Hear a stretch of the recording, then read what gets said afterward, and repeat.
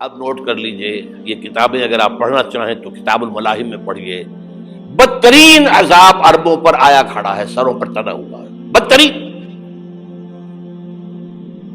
ایسی جنگ ہونی ہے الملحمۃ العظمیٰ، جس کو کہ میں بھی آپ کو گواہی پیش کر دوں گا، جسے کہا گیا ہے دی لاسٹ کروسیڈ۔ بش نے بھی کروسیڈ کا لفظ بول دیا تھا، پھر واپس لیا اس نے۔ نکل جاتی ہے جس کے منہ سے سچی بات مستی میں، فقیہ مصلحت بین سے اور ہندے بادہ خار اچھا، کروسیڈ کہہ کر پھر واپس لیا۔ یہ کروسیڈ، اس کے اوپر جس قدر نقصان ہونا ہے عربوں کا، گریٹر اسرائیل بنے گا، یہ عراق، شام، اردن، سعودی عرب کا کچھ شمالی علاقہ، ترکی کا جنوبی علاقہ، مصر کا صحرائے سینا، اور اس کے ساتھ ہی جو بہترین اس کا زرخیز ترین علاقہ ڈیلٹا آف نائل، یہ سب یہودیوں کے قبضے میں جائے گا۔ اس کو حدیث میں کہا گیا الملحمۃ العظمیٰ۔ عیسائی 80 علم لے کر ہے مسلمانوں تم پر حملہ آور ہوں گے، اور ہر علم کے نیچے 12,000 فوج ہوگی، 9.5 لاکھ فوج۔ یہ نیٹو کی تیاری کس کے لیے ہو رہی ہے؟ جب یو ایس ایس آر کا خاتمہ ہوا تو پوچھا گیا تھا نیٹو چیف سے، اب کس لیے؟ تمہارا وہ دشمن تو ختم ہو گیا، اب ہمیں اسلامک فنڈامنٹلزم سے نمٹنا ہے۔ وہ جانتے ہیں خطرہ یہی ہے،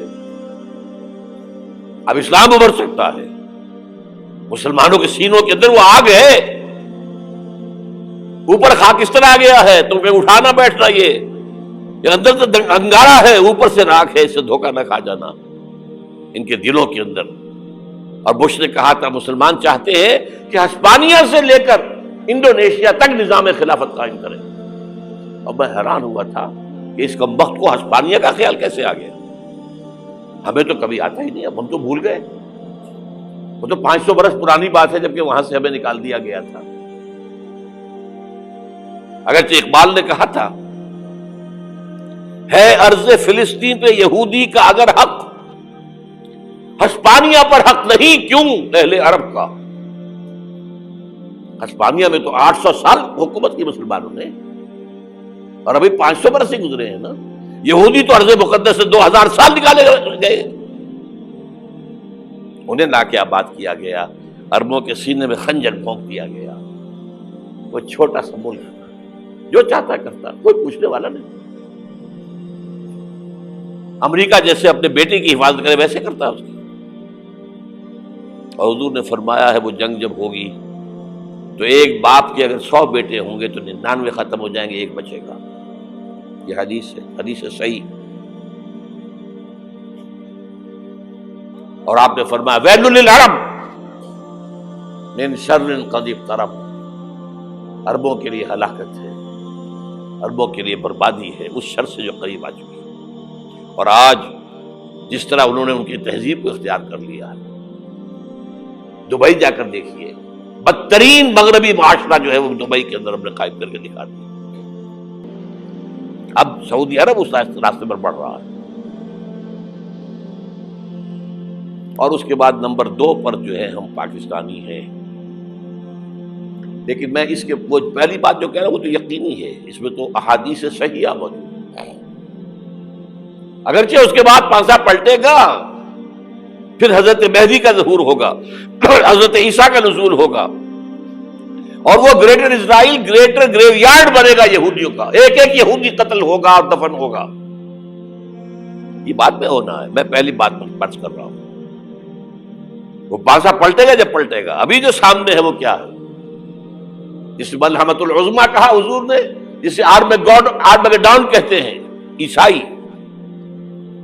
آرمگیڈون کی اگر کہیں جا کر آپ دیکھیں گے، آپ ڈکشنری میں مانی تو کیا لکھا ہے؟ A very big war which will be fought between the forces of evil and good before the end of this world۔ اس دنیا کے خاتمے سے پہلے خیر اور شر کی قوتوں کے درمیان بہت بڑی جنگ ہوگی۔ ارمجدون اسے کہتے ہیں عربی میں، اور آرمگیڈون اسے کہتے ہیں انگریزی کے اندر۔ اور یہ بائبل کی آخری کتاب کے اندر ہے، جو اس میں کہ مکاشفات یوحنا، ریولیشنز آف سینٹ جان. یہ تو میں کہہ رہا ہوں یقین کے ساتھ، اور زیادہ دور نہیں ہے، آیا چاہتا ہوں. اس لیے کہ یہودیوں کا اور عیسائی جو کنزرویٹوز ہیں، نیو کنزرویٹوز، ان کا 5 نکاتی ایجنڈا ہے متفق علیہ، جس کے تحت کہ یہ جنگ صلیبی شروع کی گئی ہے.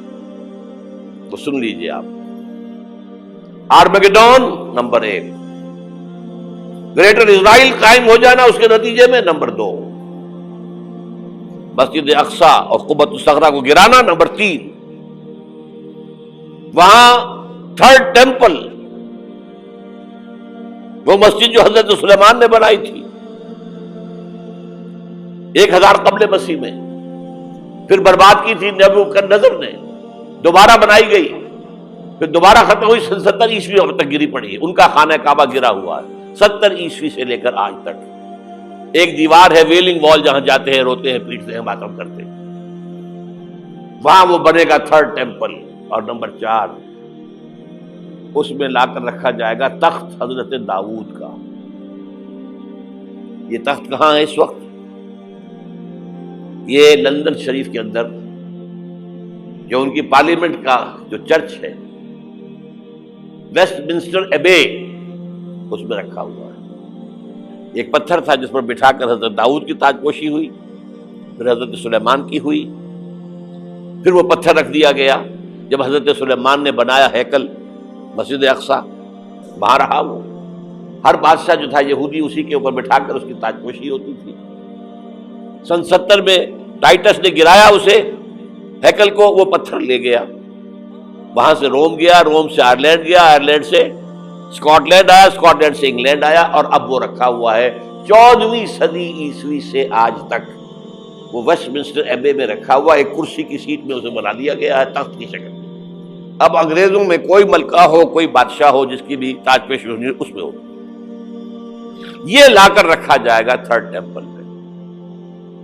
اور اس پر یہودیوں کے خیال کے مطابق ان کا مسیحا آئے گا جو مسیح دجال ہوگا.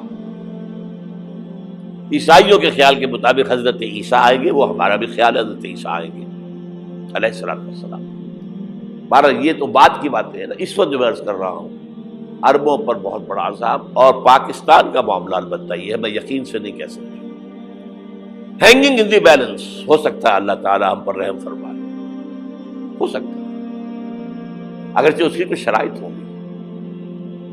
چمن کے مالک اگر بنا لے موافق اپنا شعار، اب بھی چمن میں آ سکتی ہے پلٹ کر چمن سے روٹھی بہار، اب بھی ہو سکتی ہے. اور یہ بھی ہو سکتا ہے کہ اللہ تعالیٰ نے معجزانہ طور پر ہمیں ملک دیا، ہم نے اللہ سے بدعہدی کی، وعدہ خلافی کی، غداری کی، لہذا سزا دی جائے اور ہم سے یہ ملک چھین لیا جائے. It's just possible. دور نہ سمجھے، اسے انہونی بات نہ سمجھے. جو گھیراؤ ہو رہا ہے آپ کے مغرب میں نیٹو فورسز اور مشرق میں بھارتی فورسز گدھوں کی طرح بیٹھے ہوئے انتظار کر رہے ہیں پاکستان اور ڈسٹیبلائز ہو جائے، یہاں اور بدامنی ہو جائے. اب لاہور میں پھر آج دھماکے ہو گئے ہیں. 2 دن پہلے کا دھماکہ میں سہ کے آیا ہوا ہوں، آپ کے سامنے بیٹھا ہوں. وہ جانیں بچی ہیں جو ہماری اکیڈمی کا حشر ہوا، وہ تو میں آپ کو نہیں بتا سکتا. یہ سارا کیوں ہو رہا ہے؟ تاکہ یہاں بدامنی ہو جائے اور ہمیں جواز مل جائے. مغرب سے نیٹو فورسز داخل ہو جائیں، مشرق سے بھارتی فورسز آ جائیں اور ہمارے ایٹمی دانت توڑ کر اور پھر ہمیں بھارت کے سامنے ڈال دیا جائے. نو ڈو ایز یو لائک. یہ ان کا نقشہ ہے. ہوگا کیا وہ اللہ جانتا ہے، ہوگا وہ جو اللہ چاہے. لیکن اللہ کا چاہنا جو ہے وہ کس پر منحصر ہے؟ یہاں انقلاب برپا کرو، یہاں اسلام لاؤ. اگر دھندوں میں لگے رہو گے تو وہ خود بخود نہیں آ جائے گا انقلاب. صحابہ نے جانیں دی تھی، کتنی تکلیفیں اٹھائی تھی. 12 برس تک مکی دور کے اندر با نشہ درویشی در ساز و دمادم زن، جو پختہ شبی خدرا بر سلطنت جم سن. یوم طائف یاد ہے جو حضرت عائشہ فرماتی ہے کہ میں نے پوچھا تھا حضور سے کہ یوم احد سے زیادہ سختی بھی آپ پر کبھی آئی؟ یوم احد پر کیا ہوا تھا؟ تلوار کا وار پڑا تھا آپ کے چہرہ مبارک، یہ جو رخسار کی ہڈی ہے اس کے اندر وار گیا ہے، اوپر خود کی 2 کڑیاں تھیں وہ اس میں گھس گئیں، 2 دندان مبارک شہید ہوئے۔ وہ خود کی کڑیاں ایک صحابی نے اپنے دانتوں سے پکڑ کے کھینچنے کی کوشش کی، دانت نکل گئے، وہ نہیں نکلی، کیا جتن کر کے نکالی گئی ہوگی تو خون کا فوارہ آیا، اتنا خون گیا ہے کہ آپ بے ہوش ہو گئے، گر گئے، اور مشہور یہ ہو گیا کہ آپ کا تو انتقال ہو گیا، شہادت ہو گئی۔ یہ سیرت کبھی پڑھی ہے؟ حضرت عائشہ کے ہوش کا تو یہی دور تھا نا، یوم طائف میں جو آپ کی کیا تھی، بچی تھی، انہیں کیا پتا کیا ہو رہا ہے حضور کے ساتھ۔ 3 دن تک حضور مکے کی گلیاں اور وہاں کے اوباش لوگ پتھراؤ کر گئے تھے اس امید میں کہ شاید وہاں کا کوئی سردار ایمان لے آئے، تو یہاں تو ابو طالب بھی فوت ہو گئے، یہی دنیاوی سہارا تھا، خاندانی سہارا تھا ابو طالب کے ذریعے، اور گھر میں ایک دلجوئی کرنے والی رفیقہ حیات تھی، وہ بھی، ان کا بھی انتقال ہو گیا۔ آپ نے کہا یہ عام الحزن ہے، اب تو سب کو طے ہو گیا قریش کو کہ اب جیسے قتل کر دو، اسی لیے آپ گئے طائف، شاید وہاں کا کوئی بڑا سردار مانے ایمان لے آئے مجھ پر تو میں اپنا مرکز ادھر شفٹ کر دوں۔ تینوں سے ملے ہیں، تینوں نے وہ جواب دیے، نکل جاؤ یہاں سے، میں تمہارے ساتھ بات بھی کرنے کو تیار نہیں۔ اچھا، تمہارے سوا کوئی نہیں ملا تھا اللہ کو نبی بنا کر بھیجنے کے لیے؟ دیکھو جاؤ، میں بات نہیں کرنا چاہتا، ہو سکتا ہے میں بے عزتی کر بیٹھوں، اور واقعی تم اللہ کے نبی ہو تو میں مارا جاؤں گا، جاؤ جاؤ جاؤ۔ یہ سلوک محبت کے ساتھ ہوا ہے۔ اور پھر چھوکروں کو، اسٹریٹ ارچنز جنہیں آپ کہتے ہیں، اشارہ کیا، خبر لو ان کی، پتھراؤ ہو رہا ہے، ساتھ کوئی ہے ہی نہیں، ایک آدمی صرف، زید ابن حارثہ۔ اب سامنے سے پتھر آ رہے ہیں تو حضرت زید آگے آ جاتے ہیں، ڈھال بنتے ہیں، مجھے لگے پتھر حضور کو لگے، آپ پیچھے سے آ رہے ہیں، چاروں طرف سے تو ڈھال نہیں بن سکتا ایک شخص، جسم لہو لہان، خون جا کر جوتیوں میں جم گیا ہے، جوتی اتر نہیں دی۔ پھر وہاں سے واپسی پر جو دعا مانگی ہے،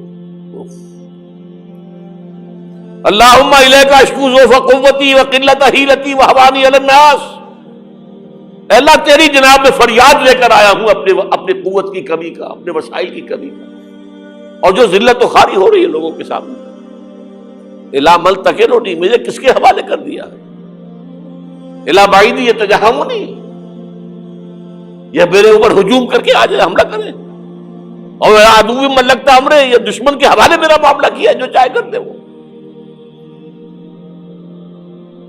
لیکن پھر عبدیت غالب آتی ہے، ان لم یکن علی غضبک فلا ابالی، اللہ اگر تو ناراض نہیں ہے تو مجھے کوئی پرواہ نہیں، سر تقدیم خم ہے جو مزاج یاد میں آئے، مجھے اندیشہ یہ ہے کہ تو ناراض تو نہیں ہوگی۔ یہ تکلیفیں جھیلی ہے، سینکڑوں صحابہ نے جانوں کا نذرانہ پیش کیا ہے،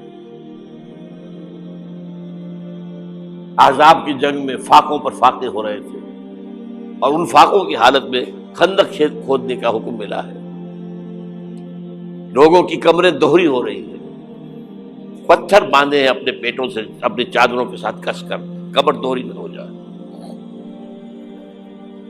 اور جب صحابہ کدالیں چلا رہے ہیں تو کیا کہہ رہے ہیں، نحن الذین بایعوا محمدا علی الجہاد ما بقینا ابدا، اللہم لا عیش الا عیش الاخرہ۔ صحابہ کہتے تھے ہم وہ لوگ ہیں جنہوں نے محمد سے بیعت کی ہے کہ جہاد کرتے رہیں گے جب تک جان میں جان نکل جائے تو بات اور، جان ہے، چاہے ابھی بھوک سے کمر دوڑی ہوئی جا رہی، جان تو ہے۔ اور ایک دفعہ کہتے تھے اللہم لا عیش الا عیش الاخرہ، اللہ عیش، زندگی تو آخرت کی زندگی ہے۔ اور حضور فرماتے تھے، حضور کے بیٹھے ہوئے نہیں تھے گاؤں تکیہ لگا کر، پتھر اٹھا اٹھا کر خندق میں سے لے جا کے باہر پھینک رہے تھے۔ جب صحابہ کہتے ہیں اللہم لا عیش الا عیش الآخرہ، حضور فرما رہے ہیں فاغفر الانصار والمہاجرہ، اے اللہ ان انصار اور مہاجرین کی مغفرت فرما دو۔ پھر حضور کی خدمت میں کچھ لوگ آئے، حضور اب یہ فاقہ ناقابل برداشت ہو گیا، دیکھیے ہم نے یہ پتھر باندھے ہوئے اپنے پیٹ کے ساتھ۔ حضور نے کرتا اٹھا کر دکھایا، وہاں 2 پتھر بندھے ہوئے۔ یہ ہے سیرت النبی۔ آپ کس چیز کو سیرت النبی سمجھتے ہیں؟ بہرحال اس موضوع پر میری ایک کتاب ہے منہج انقلاب نبوی، کہ انقلاب کیسے آیا تھا۔ اگر دل میں ذرا بھی آرزو پیدا ہو گئی ہو کہ اللہ قبول کر لے مجھے قبول کر لے اس کام کے لیے، تو وہ کتاب آپ کے لیے مسٹ ہوگی، اس کا پڑھنا۔